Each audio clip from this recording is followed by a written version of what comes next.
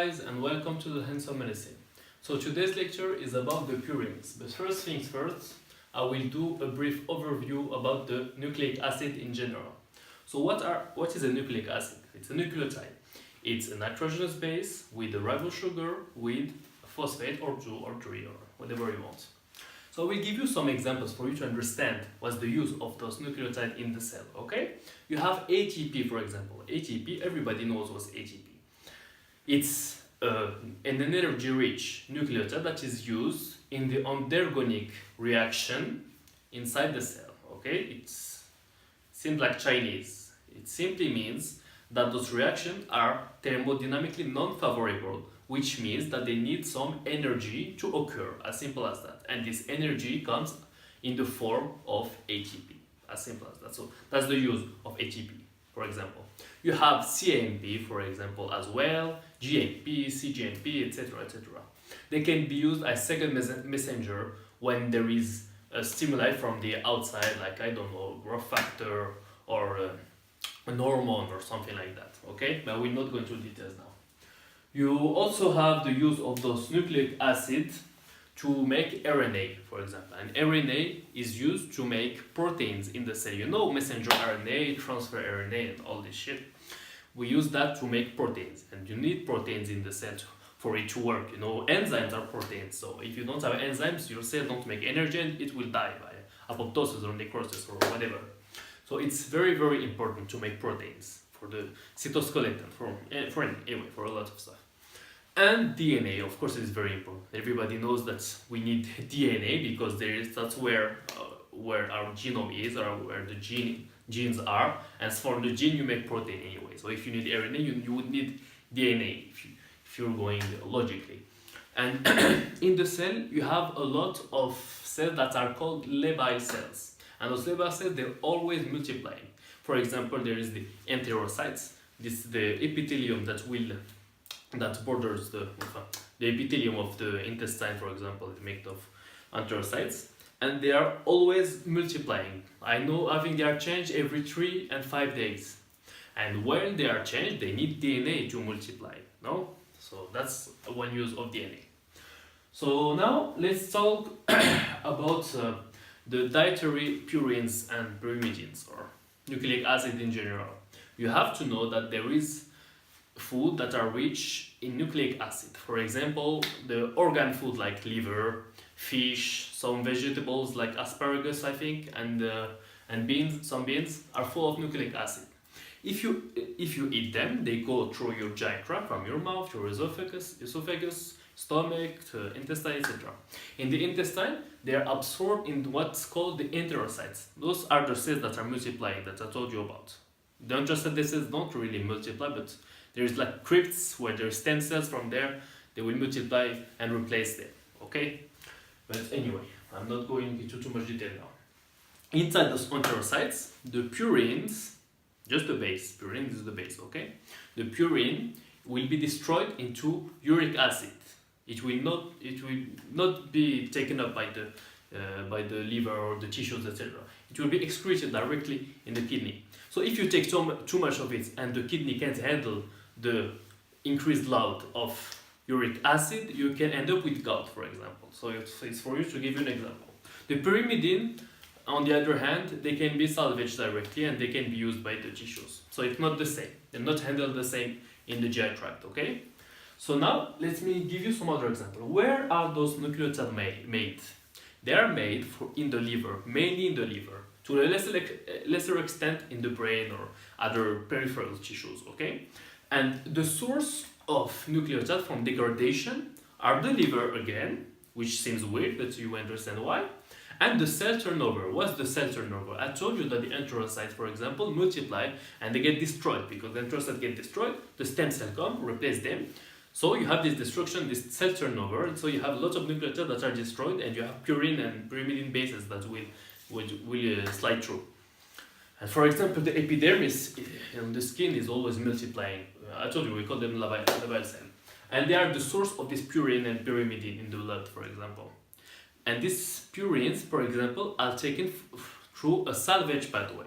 So they can be made in the liver mostly, but then they will be destroyed in the liver, go in the blood, and they will be salvaged by the brain mostly. The brain uses a lot of nucleotides because it needs a lot of energy to work and use a lot of glucose, okay? So there, the salvage pathway works very well, alright? And I will talk about the salvage pathway in way more detail in the next lecture. Now I'm talking about the synthesis of the purines, to be more correct, the purine nucleotides, okay? So let's go on, let's recall, first things first, let's recall a purine. So that's a purine, it's two rings with two nitrogens, okay? And I told you last time, glycine will give one nitrogen and two carbon, for example. The other carbon will come from N10 4-methyl tetrahydrofolate, glutamine, aspartate will give the nitrogens, glutamine will give nitrogens, and the carbon will come from carbon dioxide, okay? So these are the source of all this skeleton of the purine. I made you recall this now, because when we do the reaction, you will see how this purine is made step by step. And it's the good way to recall this first, to link it to this, alright? So let's go now. So the purine synthesis. The first step is the HMP chain. Where does this happen? It happens in the cytosol of the liver. Because I said that most of them are made in the liver, but it's made in other cells as well, of course.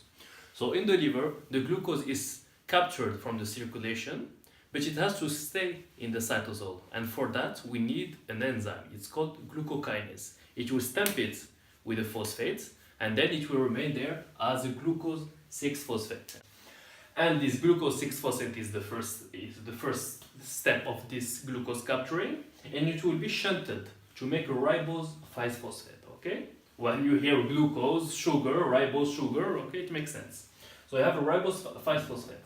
But we don't want this ribose 5-phosphate because it's not active to give us a ribose to make purines or pyrimides, because you can make pyrimides too with PRPP, okay? So we need an enzyme here. We need an enzyme, and it's called a PRPP synthetase. Why synthetase? There is a difference between synthase and synthetase. The synthetase, they condense two molecules to make only one, okay? But synthetase will use energy, like I told you under organic reaction. They will use energy in the form of ATP, that is energy rich. It will use a nucleotide to make a nucleotide, anyway. And it will use a cofactor too, it's magnesium, anyway. We don't care about that, just a detail, but it needs magnesium too.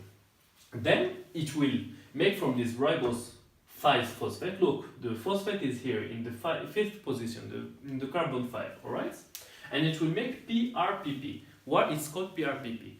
Phosphoribosyl. So phospho, it's here, this phosphate, ribosyl, it's this the ribose.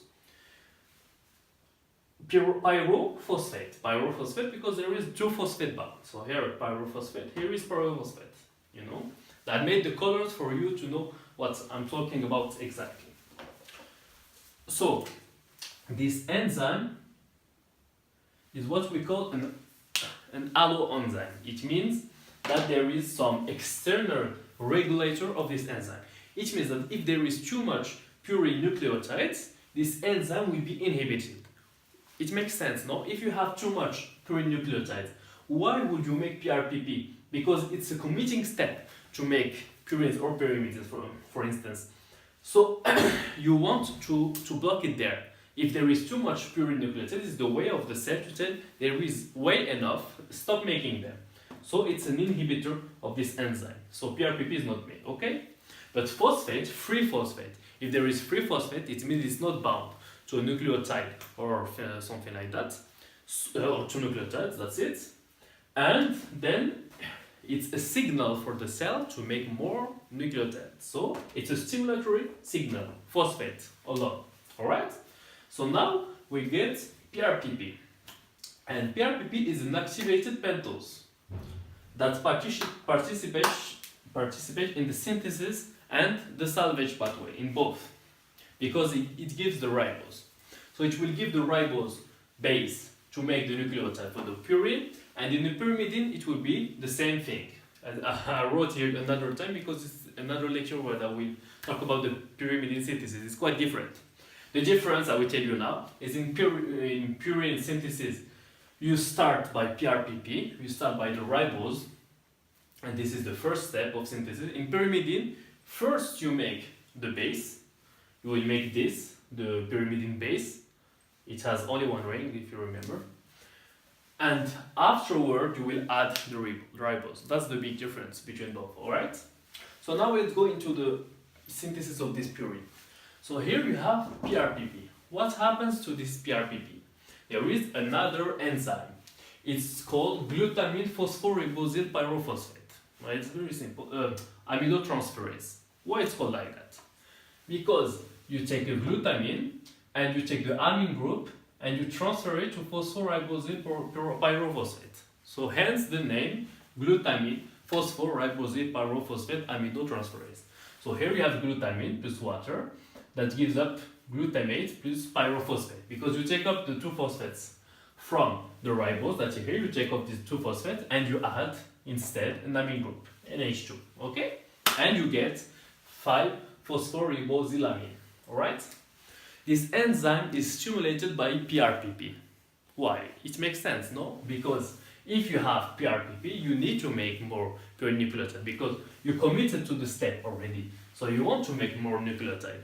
So when you have PRPP, it stimulates this enzyme, as simple as that.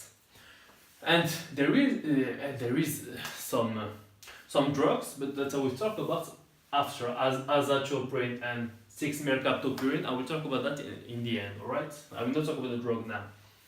And an inhibitor will be AMP, GMP, EMP. They're simply the end result of this reaction. So if you have too much of the end products, it will give you feedback inhibition. We call that a feedback inhibition, that will inhibit the first enzyme that makes all those steps, alright? So if you have too much nucleotide, it's a message to say, oh, we have enough, alright? So just stop. Alright. So now we have 5-phosphoribosylamine.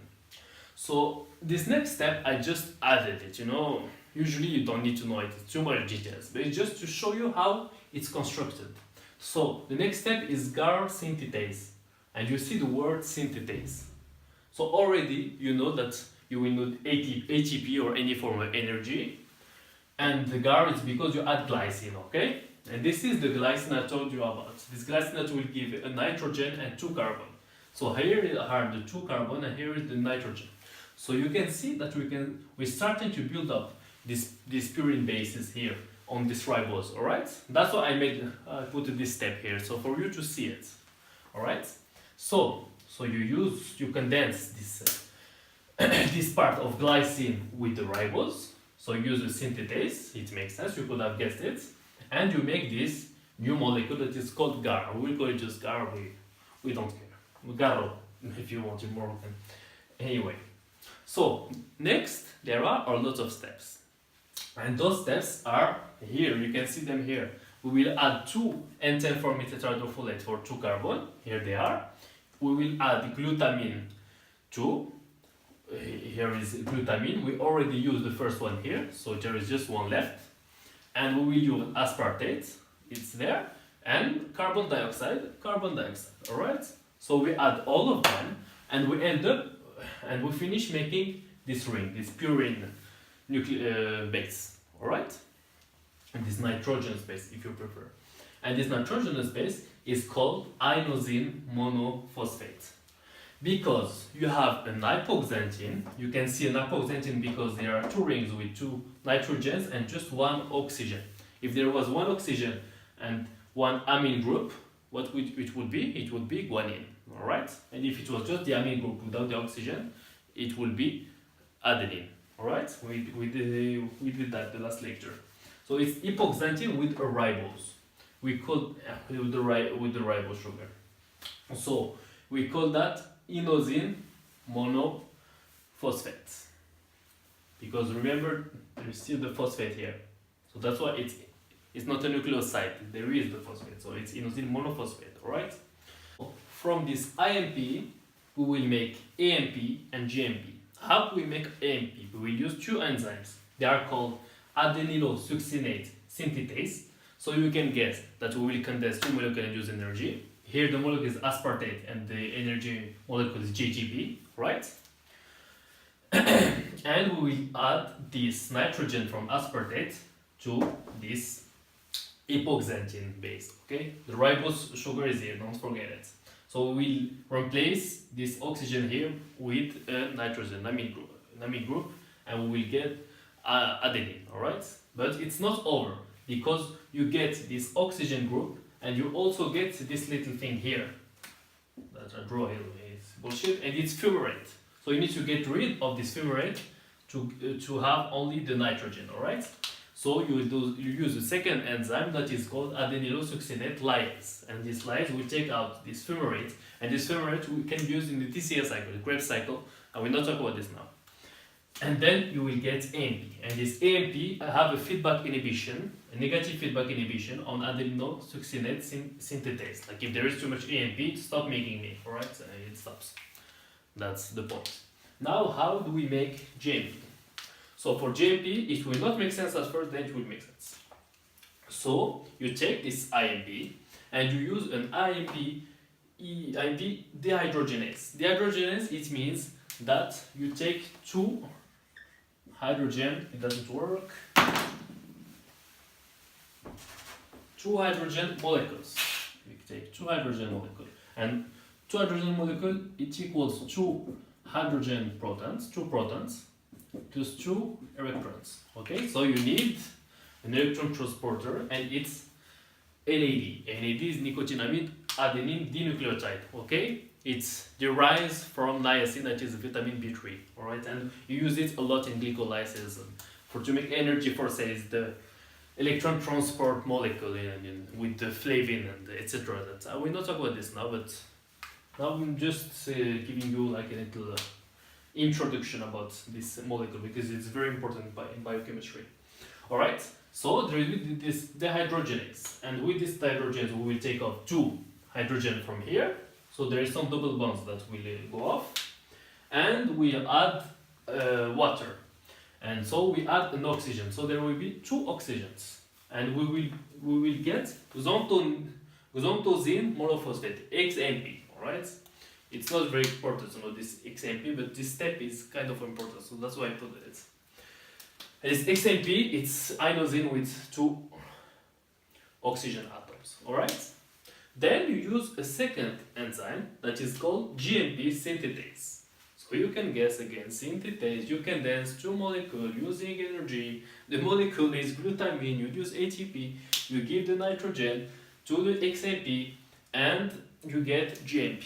Alright, finally, you get GMP. So that's how you get AMP and GMP. As simple as that. So now we made purines, nucleotides. It's over. So the synthesis is made. Now I'll talk about the drugs that we can use to stop the synthesis. Because if we stop the synthesis of purine nucleotides, for example, we can stop those rapidly proliferating cells from multiplying.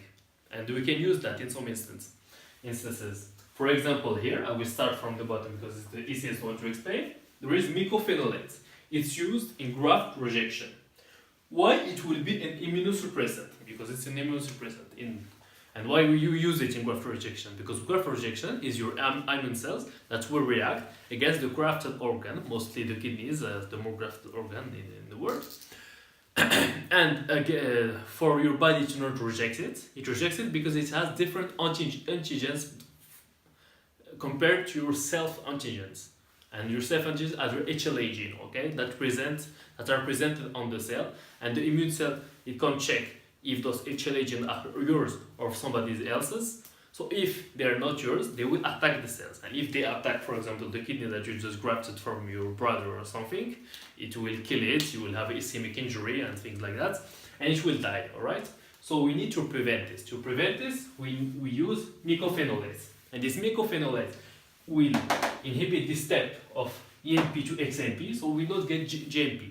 So the lymphocytes, when they're activated by an antigen, they proliferate. The T cells or the B cells, both they proliferate. But mostly graft rejection is CD8 plus cells and CD4 plus cells as well. But we talk about immunology in other lectures, just to give you an overview. So this rapidly proliferating T cell, this monoclonal proliferation, if you want, because it's the proliferation against an antigens that is foreign, will be stopped by these mycophenolates. Alright? So we use it because there is no GMP, they can't use it in the DNA, so the proliferation will stop. As simple as that. Ribavirin is an antiviral drug. It's used against hepatitis C. Hepatitis C is an RNA virus. What does it mean? It means that it will incorporate their RNA in the host, in the nucleus, and this RNA will be replicated, and also it will be translated into protein to make another virus that will go infect another cell. Alright? So it said that this ribavirin will inhibit AMP dehydrogenase, so the GMP pool will be decreased, there will be less GMP, so this RNA replication inside the cell will be blocked, impeded. So if it's impeded, there is no RNA replication, so the virus doesn't replicate, and you get rid of this hepatitis, for example. So now the last one, I will talk about azathioprine. Azathioprine is a precursor of 6-mercaptopurine. So you can either give azathioprine directly or 6-mercaptopurines. It's the same thing. And the 6-mercaptopurine, it will mimic epoxanthine. So how will it work? Well, it's simple. It will inhibit purine de novo synthesis. How? This azathioprine will get converted to 6-mercaptopurine, or the 6-mercaptopurine directly will be taken up by the target cell, and it will be salvaged by HGPRT. HGPRT is epoxanthine guanosine phosphoribose transferase. It means that it takes epoxanthine or guanine and it adds a PRPP to make another nucleotide. It's like you don't have this and then you add the ribose phosphate to the base. Alright? That's all. And hence the mercaptopurine mimics epoxanthine because it uses this enzyme. So this enzyme recognizes it like it's epoxanthine. And it will make 6-thionosic acid. And this 6-thionosic acid will have a negative feedback on glutamine phosphoribose pyrophosphate aminotransferase. Alright? It will inhibit it because it's like a message that will say that there is too much I don't know, GMP or something like that. It's the same. It's the same thing. So it will inhibit this. It's the most important thing because if it inhibits the synthesis of AMP and GMP, what will happen? There will be less DNAs for proliferation, less RNA to make proteins, less energy to make the biochemical reaction and things like that. So it's very important.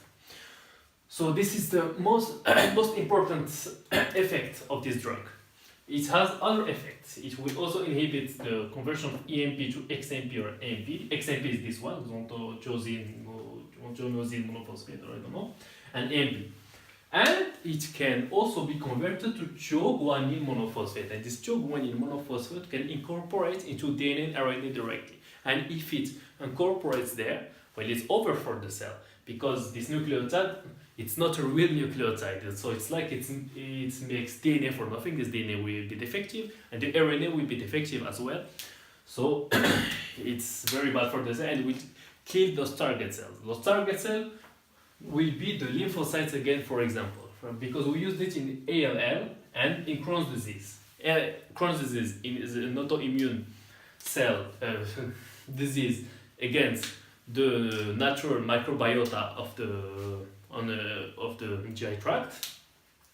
So it's a NOD2 mutation that is a sensor, an intracellular sensor. That's what it says. Anyway, I'm not going into these details.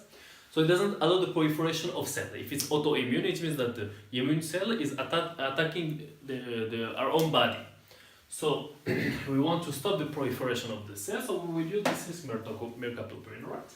And ALL is the acute lymphoblastic leukemia, where the cells will multiply and this will give rise to the blood cancer. So we don't want those cells to multiply, so we use this drug to stop the multiplication of the cell, alright? So now there is another thing, the last phase. The 6-mercaptopurine is metabolized by xanthine oxidase, alright? This is very important because xanthine oxidase will destroy the purines, for example. And if you destroy the purines, you will get uric acid. And if you get too much uric acid, it can be excreted by the kidney because the load will be too high. And this uric acid will deposit in the joints, for example, the joints here in the knees, it will deposit in the joints here in the big toe, and you have like a pain, a specific pain in the big toe. And it's very extreme. Anyway, I'm not going into details about gout. But that's the use of this gazantium oxidase normally. And it also metabolizes the 6-mercatopurine. So when you have gout, you want less uric acid. So first, you make a dietary change. You not eat those foods that are high in nucleic acid. So that's the first thing. The second thing is that you can use allopurinol. This allopurinol, what does it do? It inhibits gazantium oxidase. So now you can see the problem. If it inhibits, why we use allopurinol? If it inhibits gazantium oxidase, you have less uric acid, so less uric crystals and uric deposits in the joints, etc. Blah blah blah. So you don't have gout. Alright? So what happens? When you use 6-mercatopurine with allopurinol at the same time, there is a drug interaction. You heard about drug interactions, but this is one example. And this drug interaction, what does it mean? It means that if you have somebody that has ALL and gout at the same time, and you know that you have to use those two drugs, either you avoid to use those two drugs at the same time and use another drug. If you can't use another drug, you use both, but you change the dosage. For example, if you need 20 milligrams of 6-mercatopurine to have an effect, you will use just 10 milligrams with allopurinol because you know the effect will be bigger because gazantium oxidase is here and we metabolize the 6-mercatopurine. Alright? So that's it. That's why there is this drug interaction. But when I will do the next lecture about the catabolism of the purine, it will be even clearer about the salvage and the catabolism. It will make everything even clearer. Now I'll just talk about it. Remember this HGPRT, hypoxanthine guanosine phosphoribosylate transferase. Remember it because this is the major enzyme in the salvage pathway. Alright? That's it for today, guys. I hope you enjoyed this video. I think I'm gonna sleep. And thank you for being here. If you have any comment, anything, and hit the thumbs up, or I don't know how you say and comment anyway. Okay, bye bye. Thank you.